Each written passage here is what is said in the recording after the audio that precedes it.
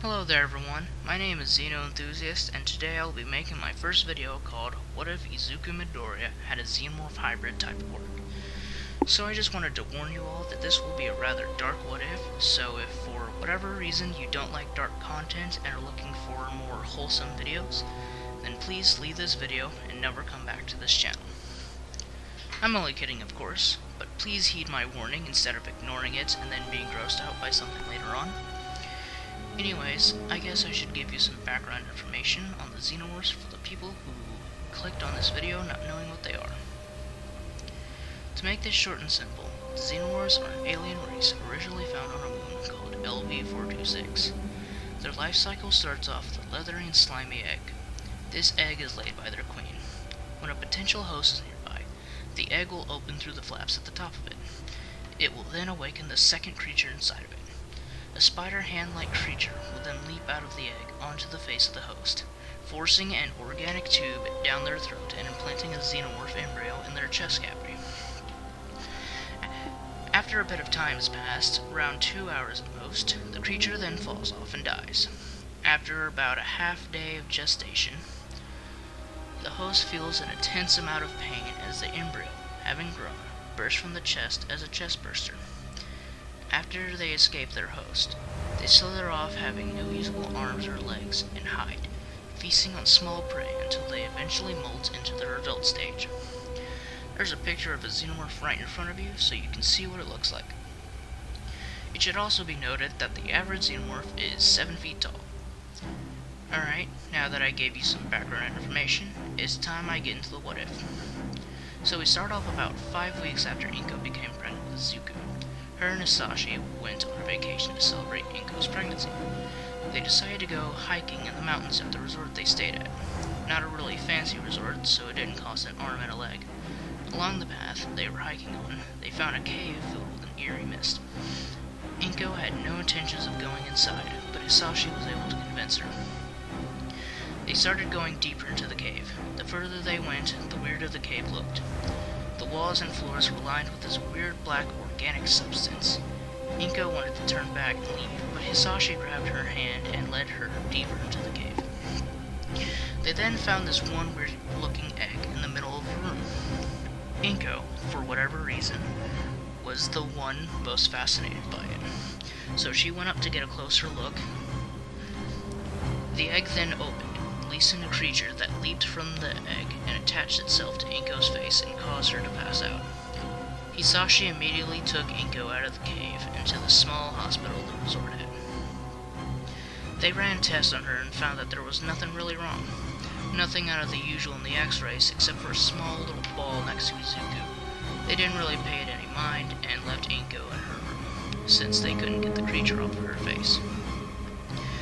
A few hours later, they heard a scream from Inko's room. They rushed in her room to find that she had woken up. The creature was on the floor, melting in a pool of acid. After the creature was gone, the acid was eating its way through the floor. One nurse was about to touch it, but the doctor stopped her and said, "Are you stupid? That's highly corrosive acid, don't touch it!" The nurse then backed away. Inko had started to freak out, but finally calmed down. Hisashi rushed into the room and brought Inko in for a hug. "I'm so sorry. I shouldn't have brought you into that cave. It's all my fault." Hisashi sat there hugging Inko, as well as crying his eyes out. After some final checking, Inko was released from the hospital. Now you might be asking, when is the chest burster going to burst? Well, I'm glad you asked that, my good buddy, because it's not going to. You see, through the mystical magic of plot. I really have no other way to explain it, so just plot. Anyways, the xenomorph embryo and Izuku merged into a singular being. Don't ask, I really have no explanation. After the traumatizing event, Inko and Hisashi decided to leave the resort and go back home. Alright, because I'm kinda lazy, I'm gonna time skip to when Izuku was born. When they pulled Izuku out, they instantly noticed some things were wrong. For one, Izuku had no eyes, kinda like All For One. The second thing was that he had a black, long-bladed tail with ridges along it. Hisashi was in there to comfort Inko, and as soon as he saw Izuku, He, for whatever reason, thought back to that night, and he was terrified. When Inko was able to look at Izuku, she was a little frightened, but she didn't really care. Her motherly instincts, were too overpowering to make her fearful of her child, so she accepted him. After all, he's unique, which makes him even more special and lovable in her eyes. So after a few days and Inko was allowed to go home with Izuku, Hisashi had a talk with her. Basically, he was too afraid of what Izuku might become, and so he left Inko with a couple thousand yen to take care of Izuku. Now whenever he asks about his father, Inko just says that he was working overseas. Katsuki wouldn't even try to become Izuku's friend in the first place because of his looks. "You're such a freak. You don't even have eyes." Izuku was bullied from the start, and it was even worse than before because he's a genetic freak. Sorry again. Time for another time skip. Years go by and Izuku is in the last day of middle school. The teacher throws the papers up in the air, knowing that everyone wants to become a hero. Katsuki said that he was going to go to UA and be the best hero there, while calling everyone else in the class a bunch of extras. The teacher said, "Oh, hey, Midoriya wants to go to UA too." Everyone just stopped what they were doing and looked at Izuku and started laughing their butts off. Katsuki said, You look straight up like a villain. Why would they accept you? And to top it all off, you're quirkless." Class was then dismissed. Katsuki walked over to Izuku's desk with his goons, following like dogs. Katsuki then took Izuku's hero notebook, blew most of it up with his quirk, and then tossed it out of an open window. Katsuki said, "Just give up on trying to be a hero. Hey, why don't you take a swan dive off the roof? Maybe you'll be reborn with a quirk." Katsuki and his goons laugh and walk off. Izuku walked outside and fished his notebook out of a pond and walked off sadly. I don't care what he says. I'm gonna be the greatest hero ever. He then made his signature All Might laugh impression. As soon as he did, he suddenly felt a wet and slimy object cover him, trapping him in its body. I had no idea he was gonna be around here. I'll just have to use your body as cover until I get out of this city. Thanks, kid. You're a true hero to me. Izuku, despite the sludge villain starting to drown him, let out an ear-piercing screech. The sludge villain instantly let go of Izuku. What was left of the sludge villain's ears were bleeding. Ah! What the hell was that? Izuku tried to run away, but the villain grabbed onto him.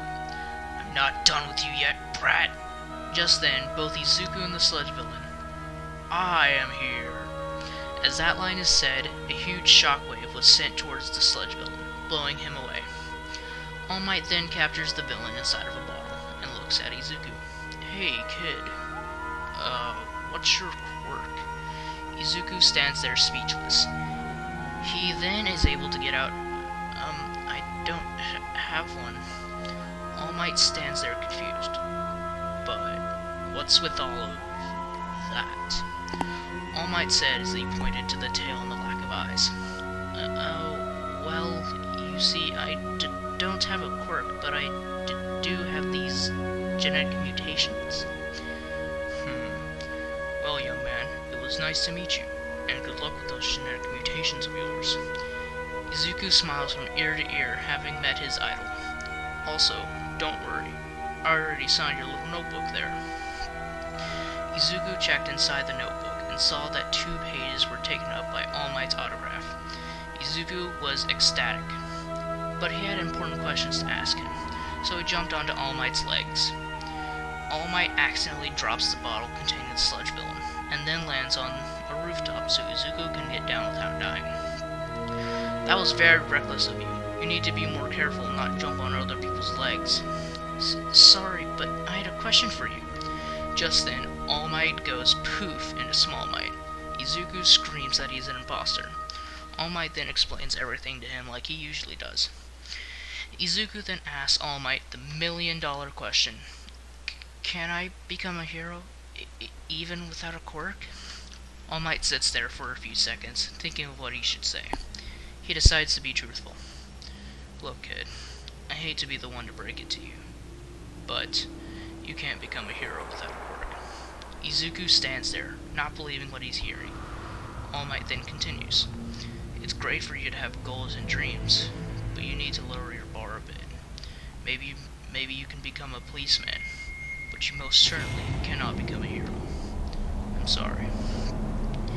Izuku then starts to process all he heard. A look of distraught crosses his face. I have to go. If you scream and bang on the door enough, somebody is bound to let you in. All Might then transforms back into his buff form and blasts off to go drop off the Sludge villain, not knowing that he dropped him. Izuku took a moment to sit there and think. He had started to cry, having been told by his idol that he can't be a hero. He then decides to leave the rooftop. As Izuku was leaving, he saw a plume of smoke and fire in the air. So after he left the building he was on, he rushed over to the incident and saw what was happening. The Sludge villain was attacking again. Izuku thought to himself, oh no, All Might must have dropped the bottle when I grabbed onto him. This is all my fault. Izuku then notices something. The villain has a hostage. Wait, is that Katsuki? And yes, Izuku will be calling him Katsuki, because they were never friends in the first place. Anyways, Izuku starts to run through the crowd and towards the villain. The heroes try to stop him, but he won't listen. Izuku's thinking to himself, why am I doing this? That bastard has made my life a living hell, so why am I trying to save him? Izuku is filled with rage as he rushes forward, which unlocks his first ability, Xeno Armor. Basically, he fully transforms into a Xenomorph drone, which has the smooth dome head as you see in front of you. But it kinda not has Kakujo rules from Tokyo Ghoul, although he will be able to keep a bit of his sanity to complete his mission. Izuku in his new armor shocks everybody, including the Sludge villain. Izuku gets to them and is able to pull Katsuki out rather quickly. Katsuki starts to shout that he didn't need his help, but Izuku ignores him and tosses him to the side. His timer of sanity runs out, and he starts blindly attacking the Sludge villain. The Sludge villain is made out of liquid, so all of the melee attacks that Izuku tries go right through the Sludge. All Might finally steps in and hits the Sludge villain with a Detroit Smash. Izuku reverts to his normal form. Well, as normal as a kid with no eyes and a bladed tail can be. And this time, Izuku would be commended for his bravery, and some of the heroes would want to try to recruit him into their agencies after he got into a hero school. Izuku finds a way to slip out and run home because he is not used to this kind of praise. Katsuki finds Izuku on his way home, and instead of being a total jerk about it, he actually thanks Izuku in his own way, by yelling, and then walks off. Katsuki was actually in shock, so he wasn't able to push Izuku around about the quirk. Izuku continues to walk home when All Might appears from around the corner and says, I am here! He then poofs into Small Might again, spewing blood from his mouth. All Might, what are you doing here? Young Midoriya, you showed a lot of bravery today when you went to save your friend. You inspired me to hold on to my beliefs and use my quirk besides my limit. That is why I want you to be the next successor of my quirk. One for all. Alright guys, that was the first part of what if Izuku Midoriya had a Xenomorph hybrid type quirk. Sorry it was pretty long, but I hope you liked it. And if you did, then please consider liking, maybe subscribing and hitting the notification bell. And if you guys want to see more, let's say about 20 likes and you'll get a part 2. Alright, I hope you have a good day, and this is Xeno Enthusiast, signing off.